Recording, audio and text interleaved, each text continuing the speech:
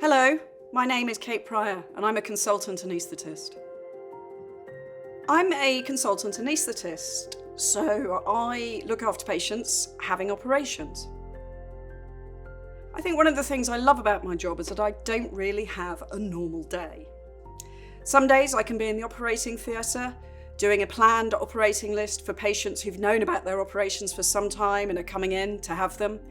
Other days I run our emergency operating theatre, so that could be anything. It could be somebody who's been involved in a major accident or somebody who's got appendicitis and needs their appendix taken out. Well, I get to wear scrubs all day, and it's a bit like wearing your favourite pair of pyjamas, because they're so comfortable.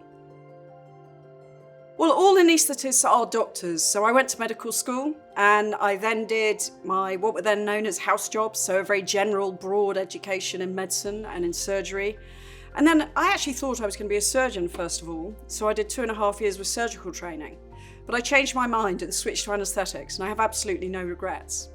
Anaesthetic training is 7 years long. The technological advances are incredible. We always say that the best monitor for the patient is actually the anaesthetist. But of course, nowadays we have an awful lot of monitoring, electrical monitoring, that does a lot of our work for us, but we still need to keep a very close eye on the patient when they're having their anaesthetic and their operation. So we use computers a lot, we use ultrasound machines to see people's nerves and blood vessels.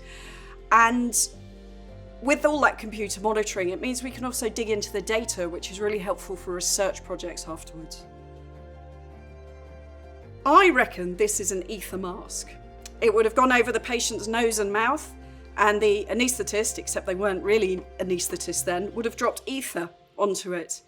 And as the patient breathed in, they would have breathed in a mixture of air and ether, and they would have gone off to sleep, and that would also have kept them asleep too. Our masks now are clear plastic, they're single use, and we have a big tube that comes out here connected to the anaesthetic machine, and that gives them a mixture of oxygen and air and our anaesthetic gases, which is what we use to keep people asleep now.